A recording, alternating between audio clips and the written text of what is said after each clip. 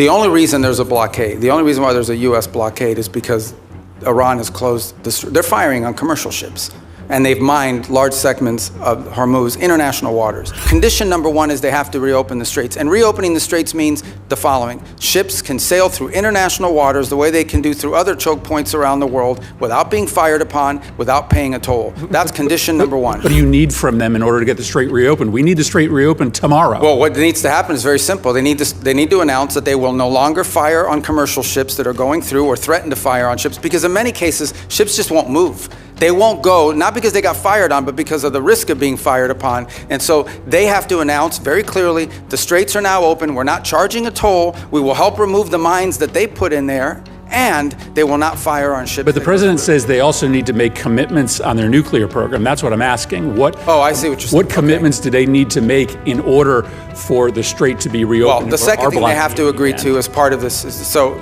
in addition to the straits, that's the predicate that opens the door to phase two. Phase two is they have to commit to very specific negotiations on the disposition of the highly enriched uranium that still is buried deep in a mountain somewhere. The revenue that you're proposing that they should receive by releasing all of their highly enriched uranium, as well as in making a commitment about their enrichment capacities. Yeah. Hold on. And that was the exact deal that you guys vilified, that the president and you vilified President Obama from having. Yeah. No, so here we have a worse situation where our adversary and our enemy, who's causing havoc in the region, who is funding proxies and terrorists, has discovered, thanks to you all, the power of shutting down the Strait of Hormuz. No, they didn't discover. They knew that a long time ago, and they've done it before. Clearly, we all knew that a long time ago. That's why this ill-conceived war should have never happened. Yeah, but you have made our adversary in a stronger negotiating position. We are the strongest nation on the planet Earth, and we're in a stalemate with Iran. And now we're begging to get back into a deal that you all trashed in the first place. There's no one begging. I don't Clearly, know. this is a Senator Booker, The war of words between New Jersey Senator Cory Booker and U.S. Secretary of State Marco Rubio signify the importance of Strait of Hormuz. Trump administration cleared a $11 billion arms sales to Taiwan in December 2025. And another $14 billion arms deal is pending for Trump's approval. Taiwan Strait is now taking a second priority. That China is the greatest national security threat that we face. And one of the key reasons is their repeated threats to take control of Taiwan by force if necessary.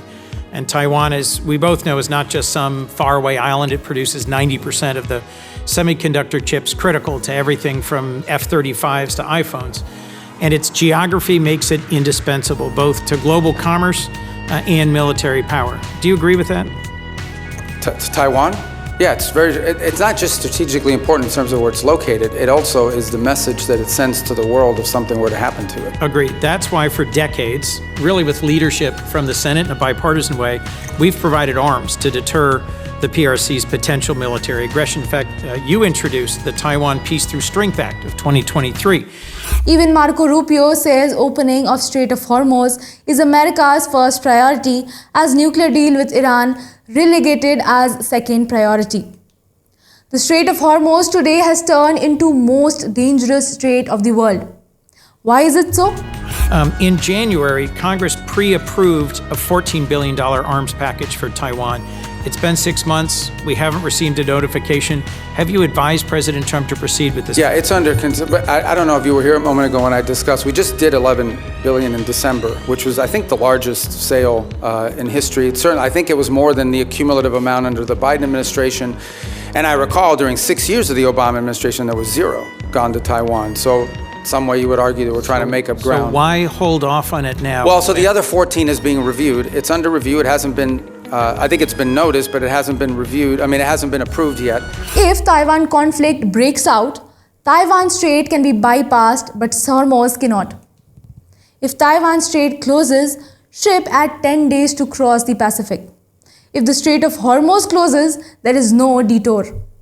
You can't delay cargo. The world simply runs out 20% of its oil and 25% of its natural gas overnight. Hi, I'm Shreya and you are watching our global defense and security analysis show, The Strategist. So without any further ado, let's get started.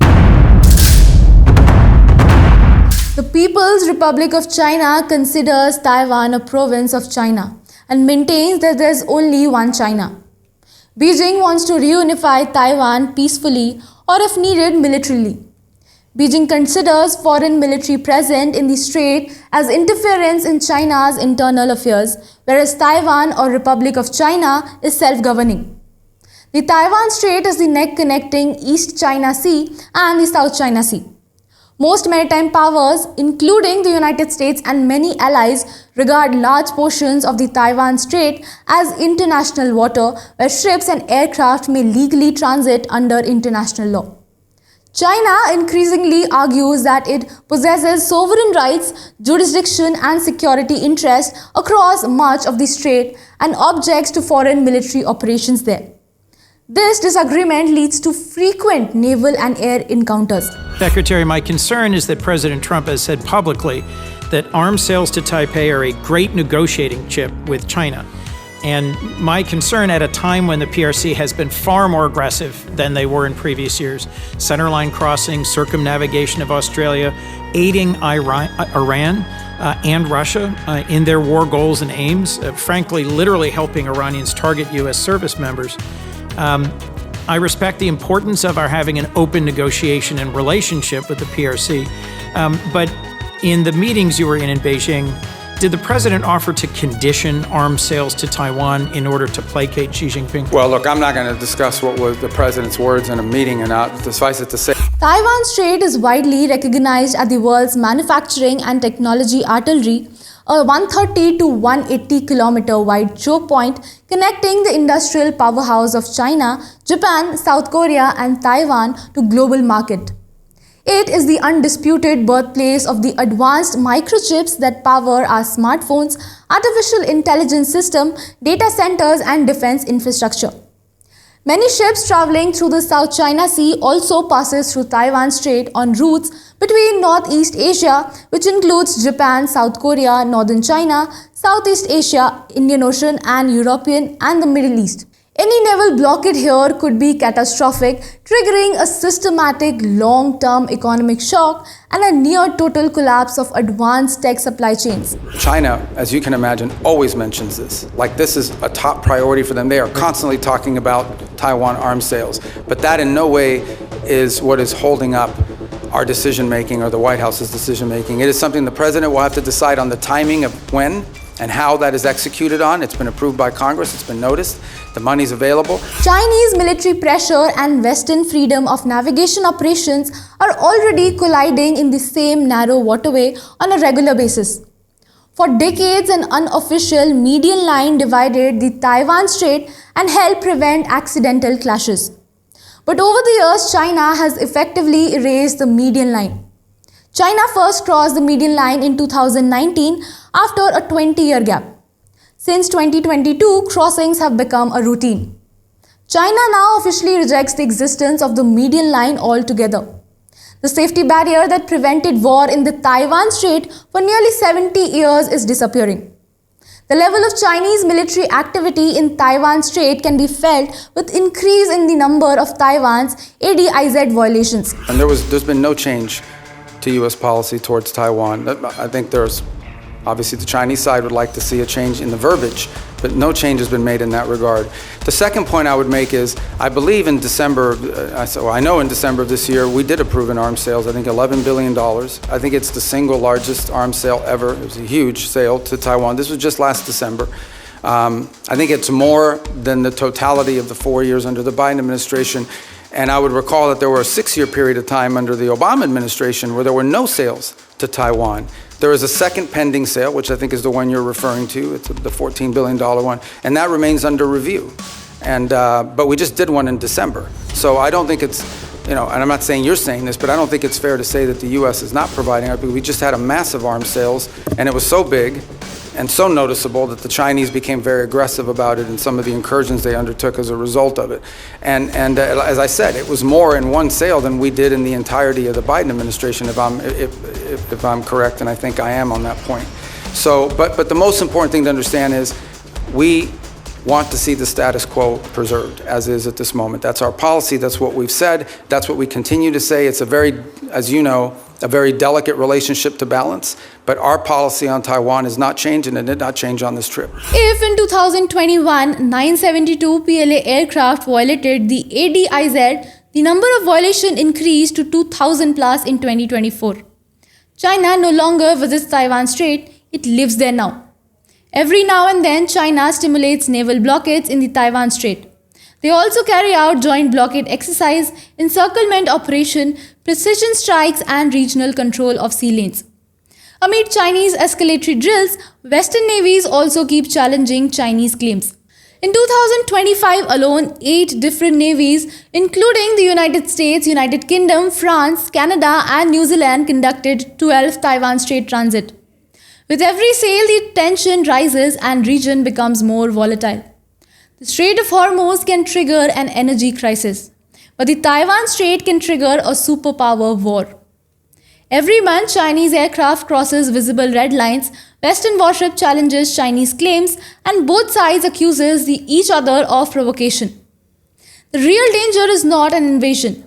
It is the one mistake, one collision or one miscalculation that could pull United States and China into the biggest military confrontation of the 21st century. Modeling from the Bloomberg Economics and International Security think tank projects that a cross-state conflict would cost the global economy $10.6 trillion in its first year alone, erasing roughly 9.6% of the global GDP. Taiwan produces 90% of the world's most advanced logic semiconductor chips in the 3 nanometer and 5 nanometer nodes. These are the brains behind the advanced military hardware, high-performance computing, and smartphones. Taiwan Semiconductor Manufacturing Company (TSMC) generates roughly 70% of the global foundry revenue and acts as the sole fabricator for tech behemoths like Nvidia, Apple, AMD, and Qualcomm. A conflict would instantly freeze the production of cutting-edge graphic processing units, the GPUs, completely stalling global AI data center buildouts. Any conflict in Taiwan Strait would hit downstream businesses. It is estimated that globally 5.3% of all value-added production in all sectors uses microchip as direct inputs into their final products, representing an exposure of $6 trillion. Any conflict here would not only affect the world's business ecosystem, but also the aggressor People's Republic of China. China's, despite an adversary and aggression, import close to $90 billion worth of semiconductors annually from Taiwan alone. A massive portion of Taiwanese chips are shipped directly to mainland China to be integrated into finished electronic products for global export. A conflict destroys this integrated production structure.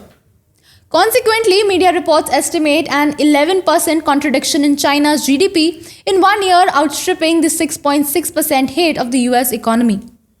Over 1/5 of the global maritime trade, to the tune of $2.45 trillion in goods, and nearly half of the entire global container ship fleets passes through the Taiwan Strait annually. A conflict would force maritime traffic to reroute around the outer Pacific, adding massive fuel costs, extending ship timelines by 10 to 14 days, and causing an immediate global shortage of container capacity. In Taiwan Strait, the threat is future war. In Hormuz, the war is already at the doorstep. The most volatile threat to your daily life isn't a future war over microchip. What if there is another maritime choke point that is narrower, far more unpredictable, and capable of triggering a global economic cardiac arrest, not in months or weeks, but in a matter of few days? To truly understand the danger, we have to look past the headlines and examine the raw numbers. As its narrowest point, the Strait of Hormuz is just 33 kilometers wide. This creates a literal forced funnel where inbound and outbound commercial traffic is squeezed into incredibly tight shipping tracks. Compare that to Taiwan Strait, which is a wide, expansive body of water measuring up to 180 km across. Now look at what actually flows through them.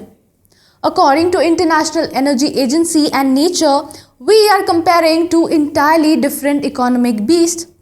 Hormuz, on one hand, is accounting for 13% of the global maritime trade by volume, whereas the Taiwan Strait carries roughly 20% of the global maritime trade by value.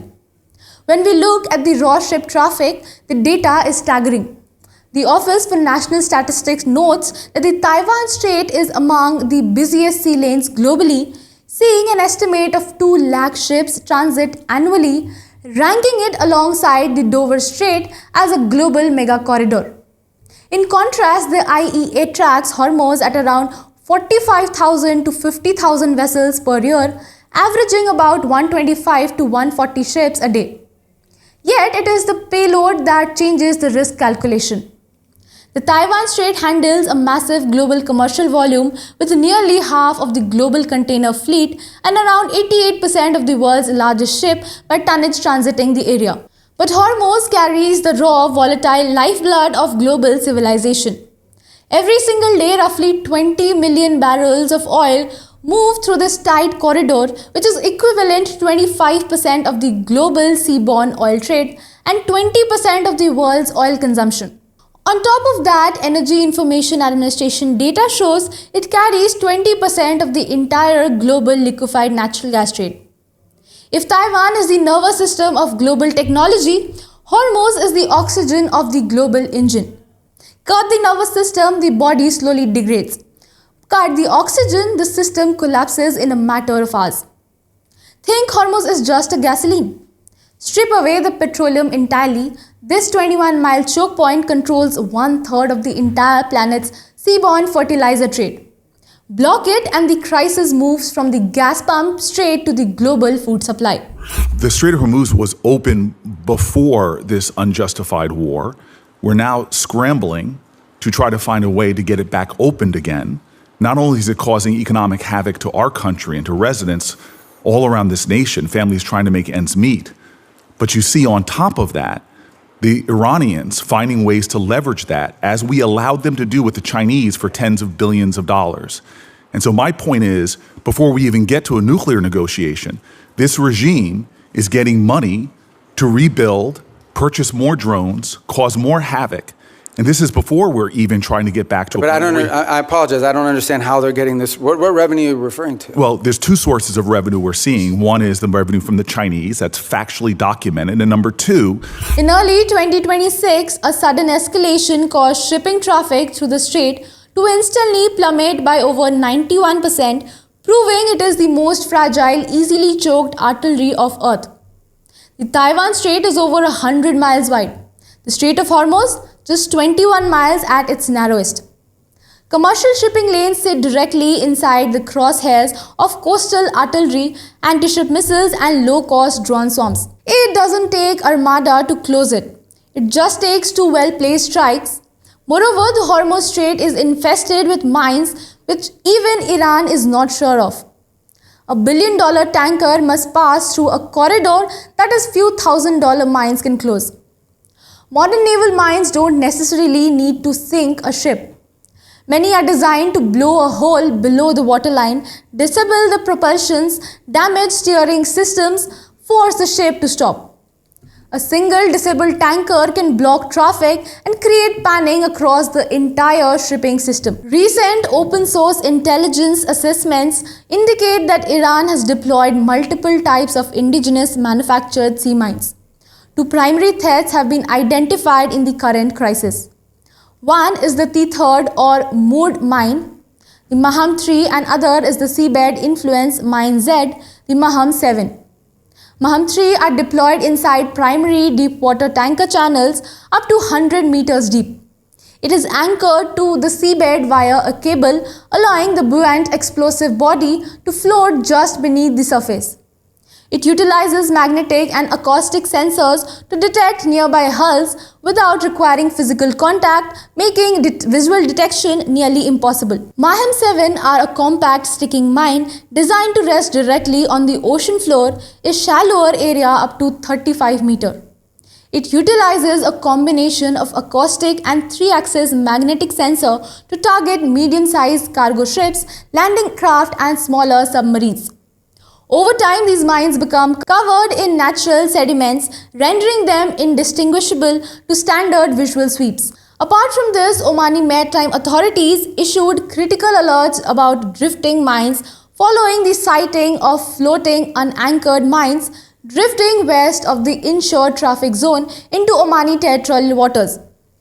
Drifting mines present an entirely unpredictable hazard to civilian vessels and fishermen. Iran's Islamic Revolutionary Guard Corps Navy relies on concealment and speed rather than large naval vessels. They utilize small attack boats and submissiles hidden in coastal tunnels. Operating in large swarms, each small boat can deploy 2 to 3 mines per sortie, while trained combat frogmen can place them manually. This makes preventing the deployment of mines highly difficult. Sea mines are incredibly cheap to produce but exponentially expensive and slow to clear. Mine countermeasure operations cannot rely on sight. They require slow, meticulous scanning using side-scan sonar, autonomous underwater vehicles, and magnetic acoustic influence sweeps. A single missed mine or even the unverified rumor of one can undo weeks of clearance work. Naval experts note that while layering a field takes days, a comprehensive clearance operation to completely restore confidence can take 6 months or longer. During the 1987 to 1998, the tanker war phase of the Iran-Iraq conflict, mines were a major threat of the Gulf shipping and forced extensive US naval mine countermeasure operations. US Navy has deployed independent-class littoral combat ships equipped with advanced AN/AQS-20 mine hunting sonar system alongside guided missile destroyer, providing defensive cover for the operation north of the Musandam Peninsula. Serving as the primary Western naval partner in the region, UK's Royal Navy has consistently maintained a forward deployed presence of mine hunters such as the Bedford or Hunt-class ships operating out of HMS Jufair in Bahrain to keep commercial traffic lanes clear. Following a joint declaration by 26-nation coalition, European navies are actively dispatching and positioning specialized mine hunting assets to the periphery of the conflict zone. The Netherlands deployed a specialized mine sweeper in the Mediterranean Sea to join NATO's standing mine countermeasure group. The force is being stacked for rapid integration into the Strait of Hormuz once diplomatic frameworks or specific mission clearance are finalized. The Germany Navy is actively preparing a high-risk naval deployment specifically tailored for mine sweeping and electronic surveillance operation in the strait to secure the free flow of the European energy imports. The Italian Navy chief confirmed readiness to deploy 2 dedicated mine sweepers directly to the international coalition to mitigate the threat of seabed and drifting mines. Time's up. But Senator Rubio, since he's I do gone want to over, address you some can of these points respond. because they go to the heart of the matter. No one's begging for anything here. The Iranians might be begging because their economy is losing hundreds of millions of dollars a day. That they are losing. Understand, Iran had street protests going on before all of this started. All of those factors, economic factors in Iran, are far worse today than they were 6 months ago when those protests were happening. They have hyperinflation, their currency is completely devalued, they're struggling to make payroll for their government workers. Iran is in a very serious situation, and if it was up to the political class there, and I understand everybody there is sort of radical in some way, but if it was up to the people that actually like go to elections and wear the suits and you see on TV, they'd probably make a deal tomorrow. It's the issue they're facing is that the supreme leader and the IRGC Corps are a little bit more immune from those pressures until they can be convinced otherwise. And I think that's the direction that they're moving in, because the reality, I don't know where you're getting this perception that Iran is stronger. Iran has no navy left. They've lost a substantial percentage of their defense industrial base. That Iran has lost a substantial percentage of their missile launchers. And their economy is far worse today, and I mean far worse today, than it was 6 to 9 months ago. And they are looking at hundreds of billions of dollars of reconstruction costs just to get to where they were 6 months Mr. Rubio, you keep telling us how we're winning this war. The president keeps saying, well, the war's over completely now. Annihilated. The war is not over. And yet the American people see how we're losing at the pump and with their costs, and yet this thing still hasn't been resolved. Every day he tweets out, oh, we've obliterated them, we've annihilated them, they're going to surrender. But yet we still find ourselves spending billions of dollars a week Senator on Booker, a war abroad. you've gone way over. And It would be nice if we had hearings where people Thank had to you, be held Senator accountable. Booker. Senator Scott. In Taiwan, the US and its allies fights across open sea. In Hormuz, the traffic separation scheme forces every single supertanker to pass right along Iran's front porch just outside territorial waters. It is the ultimate geographic hostage situation. China has spent decades building a blue water navy to project power near Taiwan. Yet its acute vulnerability lies in the West Asian desert. With over 5 million barrels of Gulf oil heading east to China daily through Hormuz, an economic blockade here cuts deeper than any island chain. This brings us to the core economic concept that makes Hormuz fundamentally more volatile commercially in elasticity. If a crisis hits the Taiwan Strait, the maritime world has a safety valve because alternative sea routes exist. Ships can practice flexible navigation sailing east of Taiwan through the Philippine Sea. It adds 3 or 4 days of sailing time, increases fuel cost and hikes freight rates, but the global trade does not instantly stop. In contrast, the Strait of Hormuz features few practical alternatives. The vast majority of Gulf producers have no adequate bypass route, and even the overland pipelines of the Saudi Arabia and the UAE can replace a tiny fraction of Hormuz's normal bulk flow. Because petroleum products are highly inelastic, lost supply cannot easily be rerouted and the world cannot wait weeks for a solution. If Hormuz closes, oil prices jump within hours. Fuel prices rise worldwide and import-dependent nations face direct energy stress. Let's look at this from India's perspective to understand how these threats hit home. For New Delhi, Hormuz is an immediate energy security threat, while the Taiwan Strait is a critical supply chain threat. India receives a massive share of its crude oil imports from the Gulf through the Hormuz.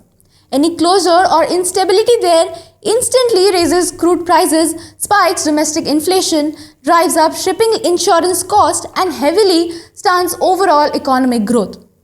On the flip side, a conflict in the Taiwan Strait would completely freeze India's access to advanced semiconductor imports, shatter electronic supply chain, disrupt global container shipping, and isolate India from the vital manufacturing network connected to the East Asia.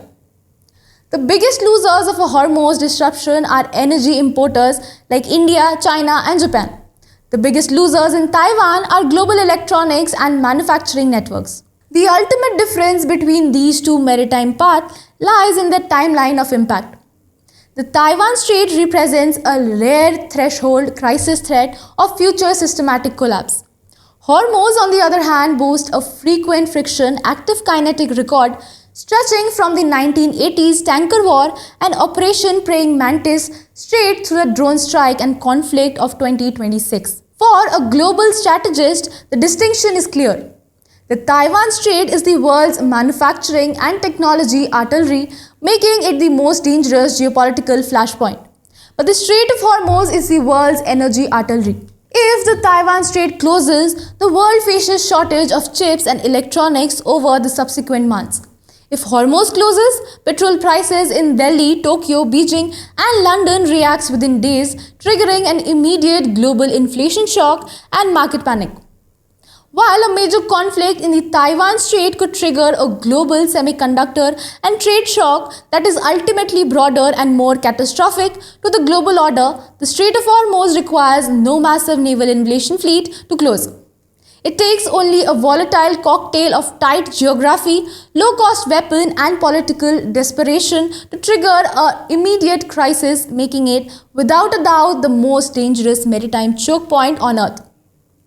That is it for today's episode of The Strategist. I'm Shreya signing off.